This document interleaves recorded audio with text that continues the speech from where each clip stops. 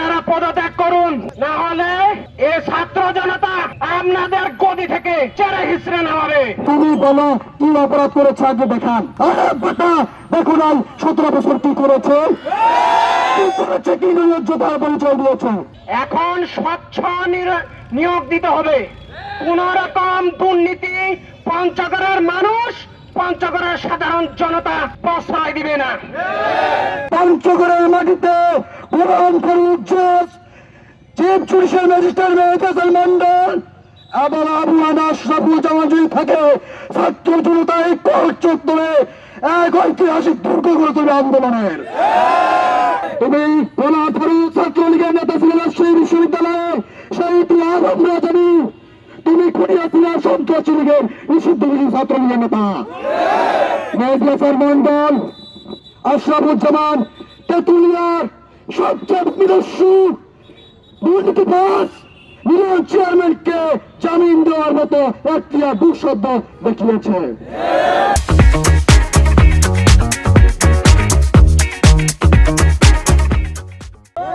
এখন নয়া কর্ম দেখো, আওয়ামী লীগের লোকজনকে ধরে আনলো, পুলিশ প্রশাসনের ভাইলারে ধরে দিল।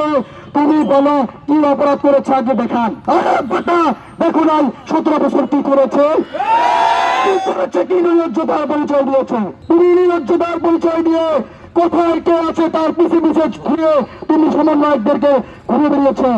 তুমি সমন্বয়কদের গান দাও, এত দুঃশু স্পর্ধা কেমন হয়। এখন প্রেক্ষাপট ভিন্ন। এখন স্বচ্ছ নিয়োগ দিতে হবে। কোন রকম দুর্নীতি পঞ্চগড়ের মানুষ, পঞ্চগড়ের সাধারণ জনতা প্রশ্রয় দিবে না। আমরা ঘোষণা করছি আগামী 24 ঘন্টার ভিতর আপনারা পদত্যাগ করুন, না হলে এই ছাত্র জনতা আপনাদের গদি থেকে চেরে হিসড়ে নামাবে। আমরা একটা আবেদন পত্র নিয়ে গেছিলাম, তাকে আমরা নিজ হাতে দিয়েছিলাম, তিনি আমাদের কাছে সেটি গ্রহণ করেননি। তিনি বলল আমার অফিসে যিনি দায়িত্ব আছে তার হাতে দিন, তিনি নিজ হাতে সেটি গ্রহণ করলো না। তিনি বললো এটা আমার কাজ না। কত বড় জানাম হলে এই ধরনের কথা বলতে পারে একজন জজ। কসাইদের অপসারণের দাবিতে আজকের এই বিক্ষোভ মিছিল। আপনারা জানেন বিগত দিনে ফ্যাসিস্ট সরকারের পতন হয়েছিল শুধুমাত্র মেধার সাথে বৈষম্য করার কারণে। শুধুমাত্র মেধার মূল্যায়ন না করার কারণে আমরা ফ্যাসিস্ট সরকারকে এই দেশ থেকে বিতাড়িত করেছি। আবু সাইদ মীর মুগ্ধরা শুধুমাত্র মেধার মূল্যায়নের কারণে তারা জীবন দিয়েছে। শুধু মেধার মূল্যায়ন না হওয়ার কারণে এই ছাত্র সমাজ তাদের বুক পেতে দিয়েছিল এই অভ্যুত্থানে।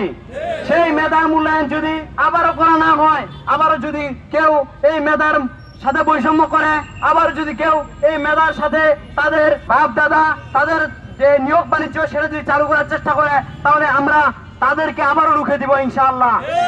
নিজে থেকে পদত্যাগ না করে 24 ঘন্টার ভিতর যদি ওনাকে পদত্যাগ করানো না হয়, আমরা ছাত্র জনতা পঞ্চগড়বাসী সবাই মিলে জসকোট ঘেরাও করবো ইনশাআল্লাহ।